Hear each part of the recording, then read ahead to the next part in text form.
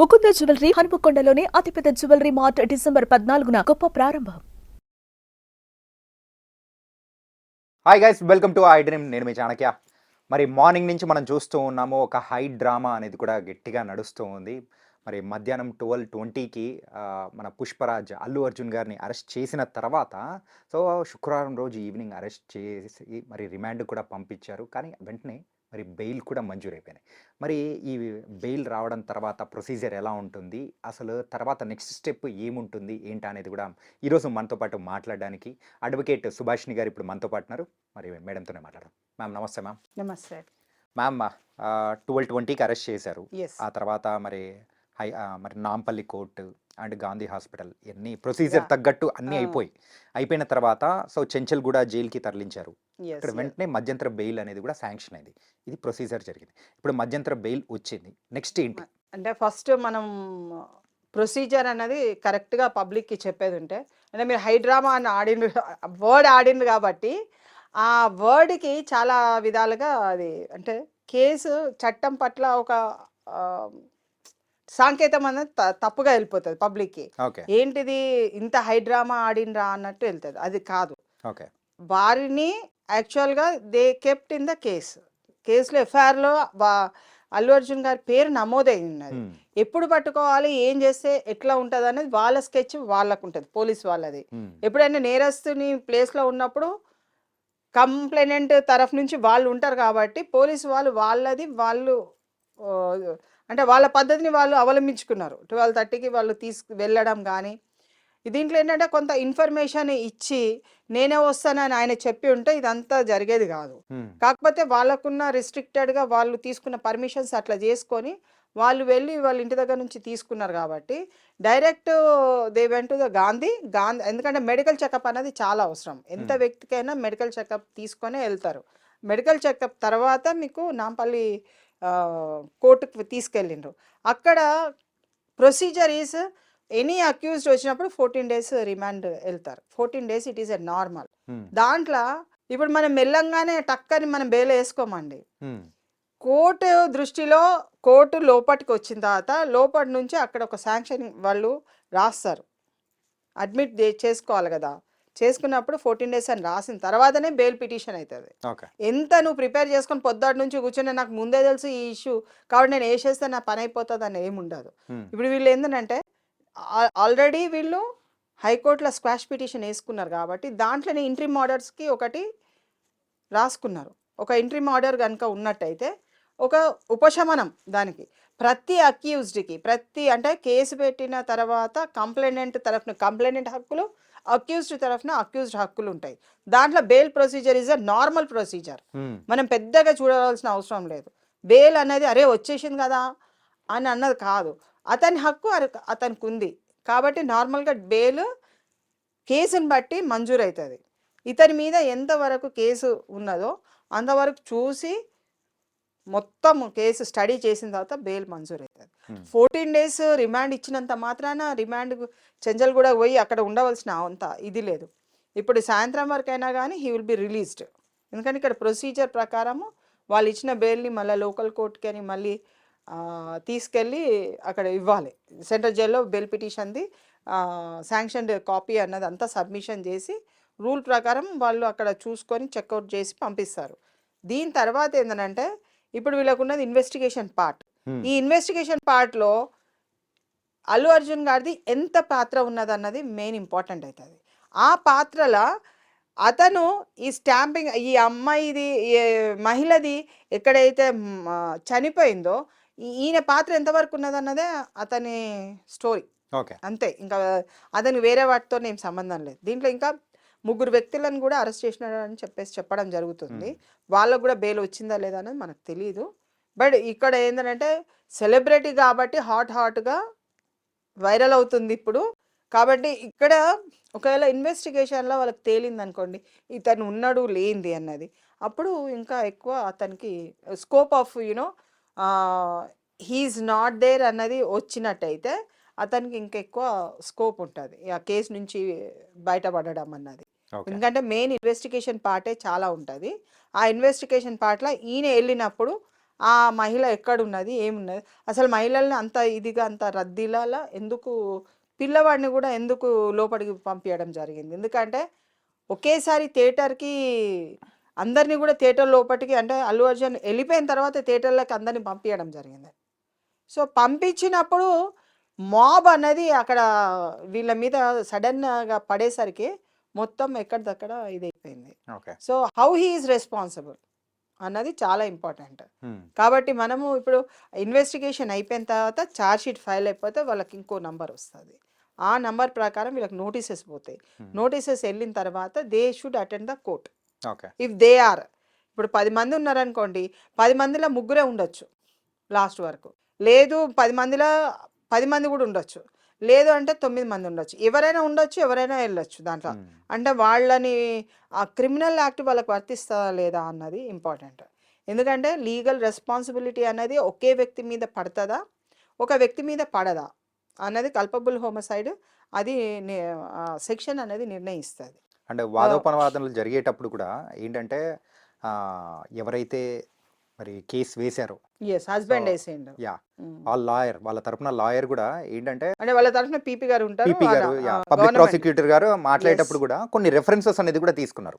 ఏంటంటే ఇలాంటివి జరిగినప్పుడు సో షారూక్ ఖాన్ గారు మీద కూడా ఈ కేసు అనేది కూడా ఒకటి ఉంది, అది ఇప్పటికీ నడుస్తూనే ఉంది అని చెప్పేసి. సో ఇది కూడా అలా ఉండే అవకాశాలు ఉంటాయంటారా? ఉండొచ్చు, ఉండకపోవచ్చు అండి. ఎందుకంటే వాళ్ళ అడ్వకేట్స్ ఎవరైతే రిప్రజెంటేషన్ చేస్తారో ఇన్వెస్టిగేషన్ పార్ట్ తీసుకునేటప్పుడు వీళ్ళ ఇన్వాల్వ్మెంట్ ఎంత ఉన్నది అన్నది కరెక్ట్గా, ఎందుకంటే ఆల్మోస్ట్ అన్ని వీడియోస్లలో రికార్డ్ అయి ఉంటుంది అంతా కూడా. సో చనిపోయినప్పటి నుంచి కూడా అది రికార్డింగ్ చేసిండు. సన్మకు ముందు కూడా వెళ్ళేటప్పుడు కూడా అతని రికార్డింగ్స్ ఉంటాయి. So how he is involved in this activity. ఇప్పుడు ఎందుకంటే గ్రీవియన్స్ హర్ట్ ఒక హర్ట్ ఇది ఏంటి 2 years నుంచి ఫైన్ పడవచ్చు, లేదని అంటే 7 years వరకు ఉన్న కన్విక్షన్ పార్ట్స్ ఉన్నాయి. 7 years దాటితే మనిషి చనిపోయింది కాబట్టి 10 years కూడా పడవచ్చు. లైఫ్ ఇంప్రిజన్మెంట్స్ అంటే ఇలా ఉంటుంది మొత్తం సిచ్యువేషన్స్. సో ఇతంది ఎంతవరకు ఇన్వాల్వ్మెంట్ ఎప్పుడైనా కానీ ఒక కేసు జరిగినప్పుడు సెలబ్రిటీ అనే కాదు, ఒక కామన్ మ్యాన్ కూడా మాట్లాడే పద్ధతులలోనే మాట్లాడాలండి. చట్టాన్ని కించపరిచి కానీ అక్కడికి ఏదో అంటే గొప్పతనం ఉండొచ్చు, అందరికీ గొప్పతనం ఉండొచ్చు, కానీ నీ గొప్పతనం నీ ఇంటి వరకు నీ ఫ్యాన్స్ వరకే ఉంటుంది. కానీ చట్టానికి ఇచ్చే విలువ చట్టానికి ఇవ్వాలి. Okay. The way you speak, the way you represent in the public about the case is important. Okay. ఇప్పుడు మనం హై డ్రామా అన్న ఆ పదం ఎంత పెద్దదంటే ఆ పదంతో అతనికి రివర్స్ కూడా కావచ్చు కొన్ని ఇన్సిడెంట్స్. అంటే ఇంకొక ఇన్సిడెంట్ ఏంటంటే సో ఎవరైతే కేసు పెట్టారో సో ఆ మాబ్లో చనిపోయిన హస్బెండ్ అంటే ఆ బాధితురాలి హస్బెండ్ నేను ఆ కేసు అనేది కూడా వెనక్కి తీసుకుంటాను అని చెప్పేసి కూడా అన్నారు. ఒకవేళ వెనక్కి తీసుకున్నారంటే ఇది ఇంకా మిగతా తర్వాత ప్రొసీజర్ అవసరం లేనట్టేనా? తీసుకోవచ్చు. అది హైకోర్టు వరకు వెళ్ళింది కాబట్టి వాళ్ళు అఫిడవిట్స్ ఏమైనా వేస్తే హైకోర్టులో కూడా వాళ్ళు అంటే there is a compromise between దెమ్మా లేదా అన్నది తెలిసిపోతుంది. ఎందుకంటే కావాల్సుకొని చంపిన ఇన్సిడెంట్ కాదు. ఇప్పుడు మాబ్ కూడా కావాల్సుకొని చంపలేదండి. అక్కడ వచ్చిన వాళ్ళు ఎవరి ముందుకు వెళ్తే వాళ్ళకి సీటు దొరుకుతుందా అని పరిగెత్తకుండా ఉన్న వాళ్ళే ఎక్కువ. అక్కడ కూడా కొంచెం డిసిప్లిన్ అనేది వచ్చేది ఉంటాయి. ఎందుకంటే వీళ్ళు చెప్తున్నారు they gave the intimation to the police prior to the date of ఈ ప్రోగ్రామ్. కొంచెం పోలీస్ వాళ్ళు కూడా కొంత సహకారం అందిస్తే అమ్మాయి అంటే మహిళ ప్రాణాలు కోల్పోయేది కాదు. కొంచెం సహకారం, అది ఓన్లీ డిసిప్లినిటీతోని ఆ మాబ్ని కంట్రోల్ చేసే కెపాసిటీ పోలీస్కి ఉంది. ఇంకేమన్నా ఎవరైనా వీళ్ళు వాలంటీర్స్కి ఎక్కువ పెట్టేది ఉంటే 10-20 మందిని ఫ్యాన్స్ని కూడా లెట్ దెమ్ బి వాలంటీర్స్గా చేస్తే ఇంత ప్రాణాలు కూడా పోయేది కాదు. సో ఇప్పుడు కూడా ఇప్పటి నుంచి అయినా అట్లీస్ట్ అందరి సెలబ్రిటీస్ ఫ్యాన్స్ని ప్రతి ప్రోగ్రాంలో ఒక వాలంటీర్గా పెట్టుకొని వాళ్ళు కనుక చేసుకుంటే రేపు ఇలాంటి ఇన్సిడెంట్స్ కావు, ఇలాంటి క్రిమినల్ కేసెస్ కూడా కావు. ఎందుకంటే ఏ సెలబ్రిటీ అయినా వాట్ దే విల్ థింక్, నా లైఫ్ బాగుండాలి, నా కాండక్ట్ బాగుండాలి, నా క్యారెక్టర్ బాగుండాలి, నా ఎక్స్పోజింగ్ అనేది నేను రియల్ హీరోలాగా కనపడాలని అనుకుంటారు. కాబట్టి they have to maintain the discipline in the public affair. ఎందుకంటే రేపు ఇప్పుడు పబ్లిక్లో కూడా ఎట్లా ఉన్నారు, శత్రువులు కూడా ఉండొచ్చు అండి. పెట్టు ఆయన మీద తర్వాత చూద్దాం పెట్టేసేయండి రా అని అంటారు. అంటే అనుకోకుండా కూడా పెట్టినాం సార్ అని పక్కకు వచ్చి వీళ్ళు చెప్తారు. అరే ఎవరు పెట్టమని చెప్పిండ్రని అంటే కూడా వాళ్ళు చెప్పేస్తారు. సి నువ్వు ముందుకెళ్తున్న కొద్దీ నీ వెనుక ఉన్న శత్రువులను కూడా నువ్వు గమనించుకుంటూ వెళ్ళాలి. దట్ ఈస్ వాట్ సెలబ్రిటీ ఎప్పుడైనా కానీ వాళ్ళ ఫ్యాన్స్ని వాళ్ళు వాలంటీర్స్గా చేసుకొని కార్యక్రమాన్ని సక్సెస్ఫుల్గా చేసుకొని వెళితే, ఎందుకంటే గత ప్రభుత్వము ఇప్పుడు ఎన్టీ రామారావు పీరియడ్లో ఉన్న ప్రభుత్వం వేరండి. అది ఏంటంటే కొంత ఊరాటం ఉండేది. అంటే ఈ సినిమా ఫీల్డ్కి సంబంధించిన ఆర్టిస్టులకి చాలా పెద్దగా ఒక గౌరవం ఉండేది, కొంచెము ఒక లాబింగ్గా నడిచింది. అంటే ఎప్పుడు కూడా వాళ్ళు అంటే మిస్ మేనేజ్ అయిపోతుంది, లేకుంటే ఎక్కడైనా మేము మాకు అటాక్ జరుగుతుంది అని ఎప్పుడు ఫీల్ కాలేదు. ఎన్టీ రామారావు పీరియడ్ కానీ కొంత చంద్రబాబు నాయుడు పీరియడ్ కూడా కొంత అంటే కొంచెం వరకు అంటే ప్రొటెక్షన్ అన్నది ఎక్కువ జరిగింది. ఓకే. మరి అంటే గత ఇప్పుడు ఈ సంవత్సరాలు 10-12 సంవత్సరాల నుంచి కొంత డిస్ట్రక్షన్ అన్నది ఏర్పడుతున్నది. సో చాలా అటాక్స్ అన్నది ఇప్పటి వరకు ఆర్టిస్టుల మీద జరుగుతుంది. వాళ్ళు గమనిస్తుండ్రో ఎవరు గమనిస్తుండ్రో కానీ డెఫినెట్గా there should be a discipline maintenance from the producer group, from the director group, from the theatre group.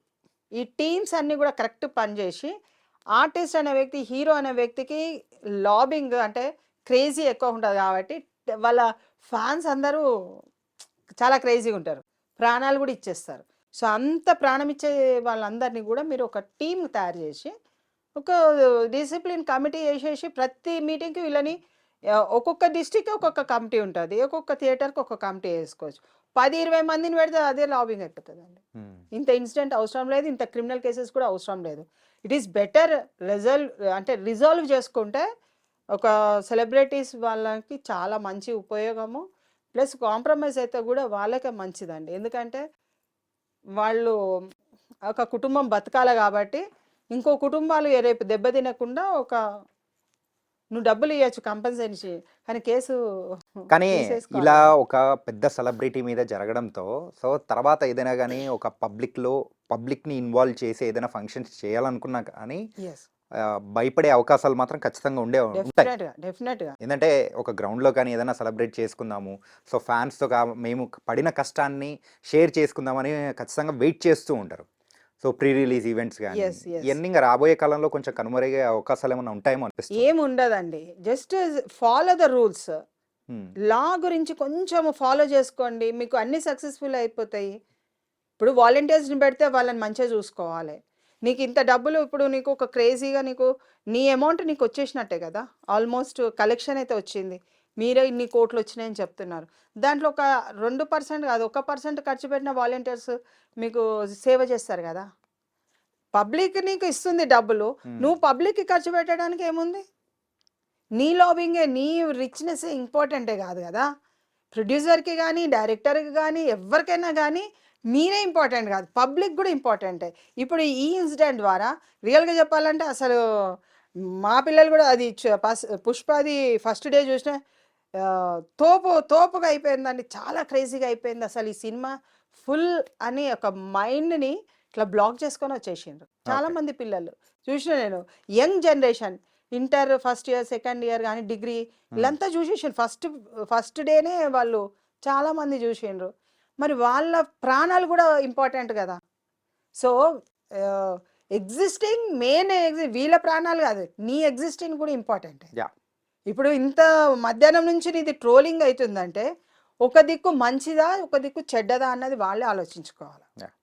ఒక సిటిజన్గా నేను ఒక అడ్వకేట్గా కానీ ఒక సామాన్య పబ్లిక్లో మీ ఫ్యాన్స్ కింద మేము కూడా ఉంటాము, మేము కూడా మీరు మంచిగా ఉండాలని కోరుకుంటాము.